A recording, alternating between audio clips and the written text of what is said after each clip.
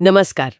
आज हम जिनकी बात करने वाले हैं वो अपने समय के एक बेहद चर्चित और कह सकते हैं विवादास्पद विचारक थे, डॉक्टर अब्राहम टी कोवूर।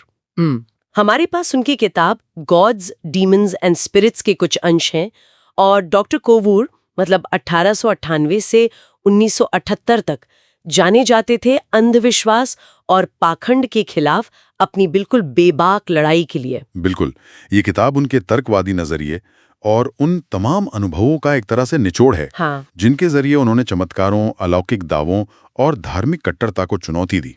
उनकी पूरी जिंदगी आप कह सकते हैं इसी मुहिम में गुजरी। तो आज हम इन्हीं स्रोतों में गोता लगाएंगे और समझने की कोशिश करेंगे कि डॉक्टर कोवूर के तर्क क्या थे, उनके अपने जीवन के कौन से अनुभव थे जिन्होंने उन्हें इस रास्ते पर डाला और कैसे उन्होंने तथाकथित चमत्कारों की पोल खोली। चलिए शुरू करते हैं ये पड़ताल। हम देखेंगे कि कैसे एक ईसाई परिवार में जन्मे कोवूर एक कट्टर तर्कवादी बने। साथ ही धर्म, नैतिकता, परामनोविज्ञान, मतलब वो जो मन की कथित असाधारण क्षमताएं होती हैं, जैसे टेलीपैथी वगैरह। टेलीपैथी या भविष्य कथन, जिसे किताब में साई फेनोमेना कहा गया है, और उस समय के सामाजिक मुद्दों पर उनके क्या विचार थे, जैसा इन स्रोतों में सामने आता है। उनके लिखने का अंदाज भी बड़ा सीधा है, कोई लाग लपेट नहीं। ये जानना दिलचस्प है कि ईसाई परिवार से होने के बावजूद वो तर्कवादी कैसे बने। क्या बचपन में ही कुछ ऐसा हुआ था? स्रोत बताते हैं कि बचपन से ही उनके मन में सवाल उठते थे।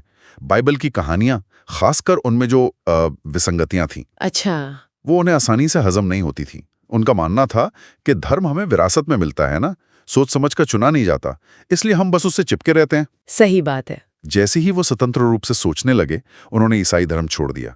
बाद में वो श्रीलंका चले गए, जो उन्हें अपने जन्म स्थान केरल जितना ही खूबसूरत लगा, और वहां उन्होंने तर्कवादी आंदोलन को आगे बढ़ाने में मतलब काफी अहम भूमिका निभाई। बचपन के अनुभव तो अक्सर गहरी छाप छोड़ते हैं। क्या कोई खास घटनाएं थी जिन्होंने उनके विचारों को मजबूती दी? कई थी।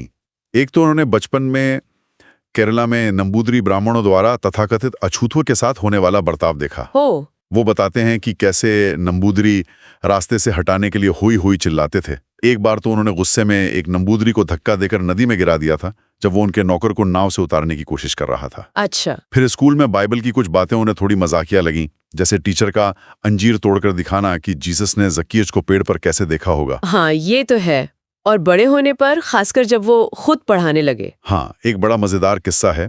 जब वो शिक्षक बने और कैम्ब्रिज सीनियर के छात्रों को बाइबल पढ़ाने लगे, तो उनके नतीजे बहुत अच्छे आए।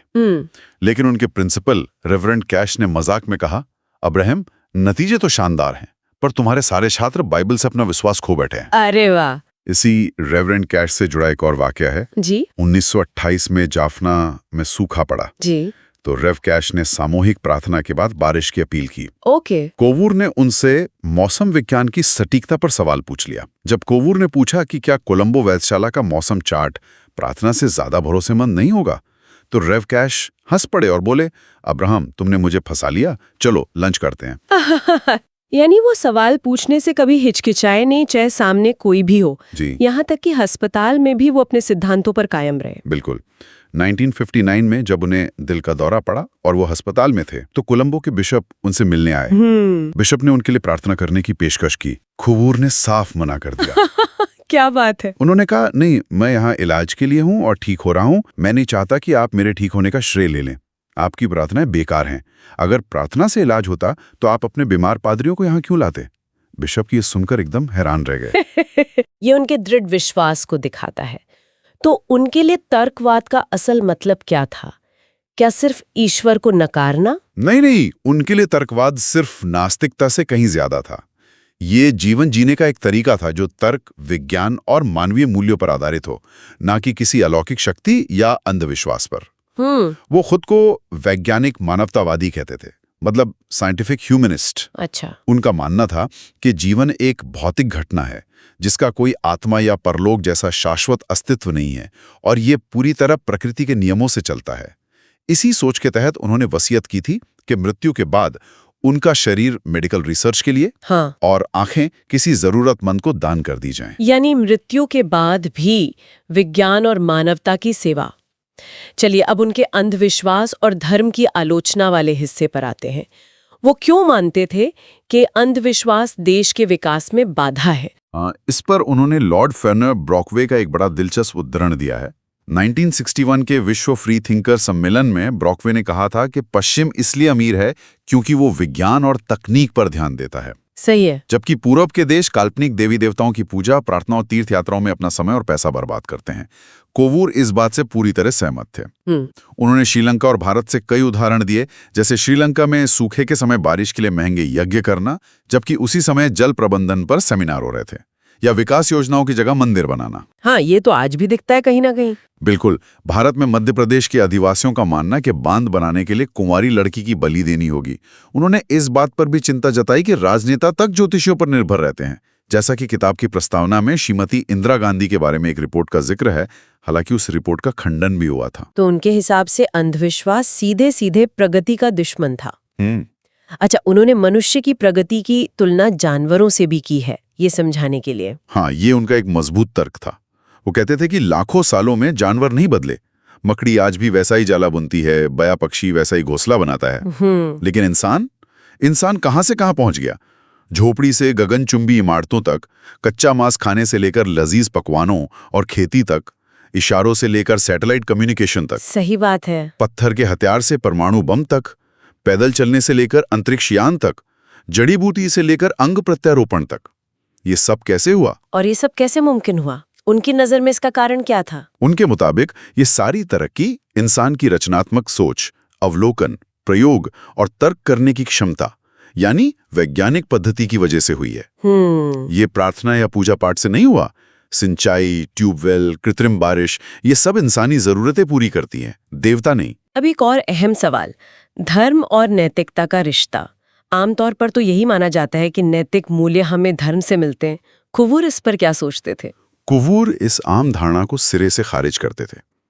उनका तर्क था कि नैतिकता जैसे माँ का प्यार, आपसी सहयोग, अपने समूह के लिए त्याग, ये सब संगठित धर्मों के आने से बहुत पहले, अच्छा, हाँ, सामाजिक विकास और जिंदा रहने के संघर्ष के हिस्से के तौर पर विकसित हुई। उन्होंने प्राचीन इंसानी समूहों और यहाँ तक कि जानवरों में भी, जैसे घोड़े, कुत्ते, इनमें भी नैतिकता के शुरुआती रूप देखे। ईर्ष्या, लालच, गर्व, वफादारी, प्यार, मदद, कमजोर की रक्षा, ये सब पहले से था। तो फिर संगठित धर्मों ने नैतिकता पर कैसा असर डाला? उसे बेहतर बनाया या? उनके अनुसार संगठित धर्मों ने अक्सर इन स्वाभाविक नैतिक भावनाओं को विकृत कर दिया। अच्छा। उन्होंने प्रेम और सहानुभूति को ईश्वर के प्रेम के अधीन कर दिया। पुजारी वर्ग ने देवताओं को खुश करने और उनसे डराने के लिए खास नियम बनाए। इन नियमों को तोड़ने पर पाप और नरक का डर दिखाया गया। नैतिकता डर पर आधारित हो गई, स्वाभाविक भावना पर नहीं रही। उन्होंने धार्मिक इतिहास की भी काफी तीखी आलोचना की है ना? हाँ, बहुत बेबाकी से। उन्होंने अलग अलग धर्मों के इतिहास और उनके पवित्र माने जाने वाले ग्रंथों से हिंसा, असहिष्णुता और अनैतिकता के कई उदाहरण दिए। जैसे बाइबल में यहोवा के नाम पर पूरे के पूरे समुदाय, अमालेकी समुदाय, को खत्म करने के आदेश, युद्ध बंदियों के साथ बर्ताव के नियम, ईसाई धर्म के इतिहास में विधर्मियों पर अत्याचार, लूथर का एनाबैप्टिस्टों का दमन, कैल्विन का सर्वेटस को जिंदा जलाना, इस्लाम के अनुयायियों द्वारा युद्ध और विजय। उनका कहना था कि दुनिया के 2/3 युद्ध धर्म के नाम पर लड़े गए हैं। तो फिर उनके हिसाब से आधुनिक मानवीय नैतिकता कहाँ से आई? अगर धर्मों से नहीं तो कहाँ से? कोवूर का मानना था कि आधुनिक, ज्यादा मानवीय नैतिकता की नींव तर्कवाद, नास्तिकता और मानवतावाद ने रखी। अच्छा। ये सवाल भी उठाया कि क्या धर्म वाकई अपराध कम करता है? हाँ, वो आंकड़े क्या थे? वहां 10 साल में फांसी पाने वाले हत्यारों में 65% कैथोलिक, 26% प्रोटेस्टेंट, 6% यहूदी थे, जबकि गैर धार्मिक 1/3% से भी कम थे। वाकई ये आंकड़े सोचने पर मजबूर करते हैं। अच्छा, कई लोग दिव्य दर्शन या चमत्कारी अनुभव का दावा करते हैं। कभी कभी लोग अजीब भाषाएं बोलने लगते हैं, वो ग्लोसोलालिया जिससे कहते हैं। इन पर कोवूर का क्या कहना था? वो इन अनुभवों को पूरी तरह वैज्ञानिक और मनोवैज्ञानिक नजरिए से देखते थे। जैसे उनकी एक रिश्तेदार थी एनी, जिन्हें स्वर्गदूतों के दर्शन होते थे। अच्छा। वूर उन्हें श्रीलंका ले आए और मेडिकल जांच करवाई। पता चला कि उनके पैराथायराइड ग्लैंड्स ठीक से काम नहीं कर रहे थे, जिससे खून में कैल्शियम की कमी थी। हार्मोन ट्रीटमेंट के बाद उनके दर्शन बंद हो गए। अरे वाह, ये तो कमाल की बात है ना? इसी तरह ग्लोसोलेलिया यानी अचानक किसी अनजान भाषा में बोलने लगने को वो एक न्यूरोटिक स्थिति मानते थे। उन्होंने एक डॉक्टर का उदाहरण दिया जो दावा करता था कि वो अरबी, हिंदी, मलयालम बोल सकता है, जबकि उसे ये भाषाएं आती ही नहीं थी। जांच करने पर पता चला कि उसकी बोली का कोई मतलब ही नहीं था। कोबूर का कहना था कि ये हिप्नोटिज्म या ध्यान की कुछ तकनीकों जैसे मंत्र जाप वगैरह से हो सकता है, पर यह कोई दैवीय शक्ति नहीं है। यानी हर अलौकिक दावे के पीछे कोई तार्किक या वैज्ञानिक व्याख्या ढूंढने की कोशिश। और इसी कड़ी में आती है उनकी वो मशहूर 1 लाख रुपए की चुनौती। हाँ, ये उनके काम का शायद सबसे प्रसिद्ध हिस्सा है। उन्होंने दुनिया भर में किसी को भी खुली चुनौती दी थी कि वो धोखाधड़ी रहित वैज्ञानिक रूप से नियंत्रित माहौल में कोई भी अलौकिक परामनोवैज्ञानिक शक्ति, जैसे ईएसपी, टेलीपैथी वगैरह। हाँ, ईएसपी, टेलीपैथी, चीजों को मन से हिलाना या कोई आध्यात्मिक शक्ति जैसे ईश्वर, शैतान, आत्मा का असर साबित करके दिखाए। उन्होंने ऐसी 23 संभावित चमत्कारों की लिस्ट भी दी थी। ये चुनौती करीब 15 साल तक कायम रही। और नतीजा? क्या किसी ने चुनौती जीती? नतीजा ये है कि दावे तो बहुत लोगों ने किए, कुछ ने बयाना राशि भी जमा कराई, पर कोई भी फाइनल टेस्ट के लिए या तो आया ही नहीं या फिर फेल हो गया। अच्छा। कोवूर को अपनी जेब से 1 पैसा भी नहीं देना पड़ा। इससे उनका विश्वास और पक्का हो गया कि ऐसे सारे दावे या तो जानबूझकर की गई धोखाधड़ी हैं या फिर गलतफहमी। उन्होंने किन बड़े दावों की जांच की या उन्हें चुनौती दी? कुछ मुख्य उदाहरण अगर दें तो? उन्होंने कई जाने माने मामलों को परखा, जैसे श्री अरबिंदो की भविष्यवाणी का दावा था। हाँ, भारत की आजादी वाली। बिल्कुल। दावा था कि अरबिंदो ने 15 अगस्त 1946 को ही अगले साल भारत की आजादी की भविष्यवाणी कर दी थी। कोवूर ने 2 साल लगाकर जांच की, लेकिन उन्हें भारत या श्रीलंका में कोई दूसरा व्यक्ति नहीं मिला जिसने वो कथित नोटिस देखा हो। उनका निष्कर्ष था कि यह कहानी बाद में गढ़ी गई। अच्छा। और वो चम्मच मोड़ने वाले ऊरी गेलर? कोवूर ने कहा, यह तो साधारण जादूगरी है, हाथ की सफाई है, इसमें अलौकिक क्या है? और ईएसपी यानी एक्स्ट्रा सेंसरी परसेप्शन, जेबी राइन का काम तो बड़ा मशहूर था। हाँ, ड्यूक यूनिवर्सिटी के जेबी राइन के मशहूर ईएसपी शोध को उन्होंने सिरे से खारिज किया। उन्होंने सिर्फ 1-2 नहीं, बल्कि वैज्ञानिकों की एक पूरी फौज का हवाला दिया। Christopher Scott, Dennis Parsons, Margaret Knight, हेल्मुल्स, हंस फिलिप प्राइस, कई नाम हैं। अच्छा।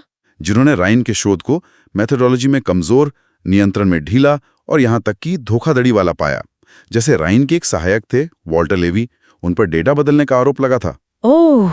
कोवूर के लिए ये दिखाता था कि परामनोविज्ञान के बड़े-बड़े दावे भी वैज्ञानिक कसौटी पर खरे नहीं उतरते। वो पनडुब्बी वाली टेलीपैथी की कहानी का क्या? वो भी काफी फैली थी उस समय। हाँ, सबमरीन टेलीपैथी की कहानी की 1959 में नॉटिलस पनडुब्बी में बैठे एक लेफ्टिनेंट ने 1200 मील दूर बैठे व्यक्ति के मन में चल रहे कार्ड्स को पढ़ लिया। कोवूर ने इसे भी एक बड़ा धोखा बताया। बाद में अमेरिकी वायुसेना के एक अधिकारी, जिन पर इसमें शामिल होने का आरोप था, ने खुद खंडन किया कि ऐसा कोई प्रयोग हुआ ही नहीं था। कोवूर ने एनसाइक्लोपीडिया ब्रिटानिका के उस संस्करण का भी जिक्र किया जिसने ईएसपी पर बहुत आलोचनात्मक रुख अपनाया था। और भारत श्रीलंका के बाबाओं और गुरुओं के चमत्कार, उन पर भी निशाना साधा उन्होंने। बिल्कुल।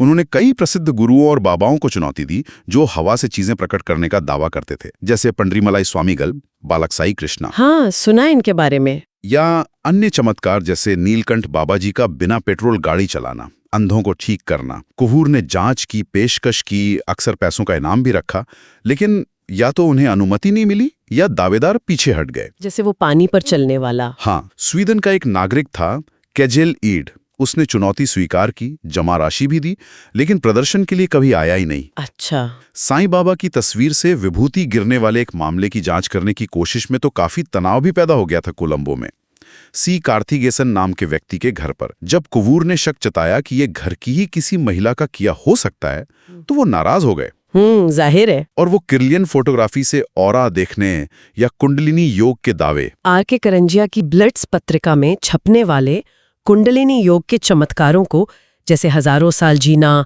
हवा में उड़ना, पानी पर चलना, उन्होंने कोरी बकवास बताया। बट योगी ने तो कोवूर के भाषण के बाद खुद माना कि उसका पानी पर चलने का दावा सिर्फ पैसे कमाने की एक चाल थी। यानी चमत्कारों के हर दावे पर उनकी पैनी नजर थी। इन सब से हटकर उन्होंने समाज में बंटवारे जैसे मुद्दों पर भी लिखा। हाँ, उन्होंने भाषा, धर्म, जाति के आधार पर बने समुदायों की कड़ी आलोचना की।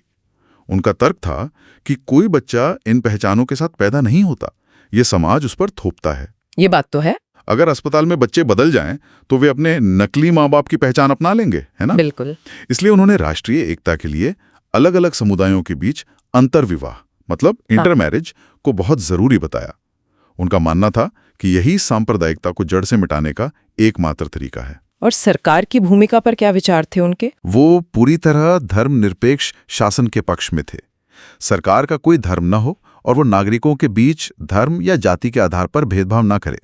उनका तो यहां तक कहना था कि नौकरियों या स्कूलों के फॉर्म में धर्म जाति पूछने की जरूरत ही नहीं होनी चाहिए। परिवार नियोजन पर उनके विचार थोड़े विवादास्पद लगते हैं, खासकर उनके कुछ सुझाव जो स्रोत में दिए गए हैं। हाँ, ये सच है। वो कैथोलिक चर्च द्वारा गर्भ निरोधकों के विरोध की आलोचना करते थे। उन्होंने एक कैथोलिक जोड़े का उदाहरण दिया जिनका जीवन रिदम मेथड के कारण नरक बन गया था और गर्भ निरोधक अपनाने के बाद ही खुशहाल हुआ। लेकिन उनके सुझाव इससे भी आगे गए। स्रोत बताते हैं कि वे मानते थे कि राज्य का कर्तव्य सिर्फ जनसंख्या नियंत्रण नहीं बल्कि भविष्य के नागरिकों की गुणवत्ता सुधारना भी है। गुणवत्ता मतलब? उन्होंने जानवरों और फसलों की तरह इंसानों में भी चयनात्मक प्रजनन यानी सिलेक्टिव ब्रीडिंग का सुझाव दिया। यहां तक कि उन्होंने अयोग्य माने जाने वाले लोगों जैसे मानसिक या गंभीर शारीरिक अक्षमता वाले के लिए अनिवार्य नसबंदी और शादी के लिए लाइसेंसिंग सिस्टम का प्रस्ताव रखा। क्या? लाइसेंसिंग? हाँ, जिसमें मंजूरी पंडित या पादरी नहीं बल्कि डॉक्टर, मनोवैज्ञानिक और जेनेटिसिस्ट दें। हाँ, ये विचार आज सुनना काफी चौंकाने वाला है और निश्चित रूप से आज के मानवाधिकारों और नैतिक मूल्यों से बहुत अलग लगते हैं। बिल्कुल, ये उनके समय के और उनके व्यक्तिगत विचार थे जो स्रोत में दर्ज हैं। इन्हें उसी संदर्भ में देखना महत्वपूर्ण है, ना कि आज के लेंस से। तो इस पूरी बातचीत का निचोड़ क्या है? डॉक्टर कोवूर का मुख्य संदेश क्या था हमारे लिए? देखिए, उनका पूरा जीवन और लेखन अंधविश्वास, पाखंड, धार्मिक कट्टरता और बिना तर्क के मान ली गई बातों के खिलाफ एक जंग थी। वो आलोचनात्मक सोच, वैज्ञानिक जांच पड़ताल और मानवतावाद पर जोर देते थे। वो चाहते थे कि लोग किसी भी दावे को, चाहे वो कितना भी पुराना या आकर्षक क्यों न हो, बिना सबूत के न माने। हाँ, चमत्कारों को चुनौती देकर उन्होंने लोगों को सवाल पूछने की हिम्मत दी।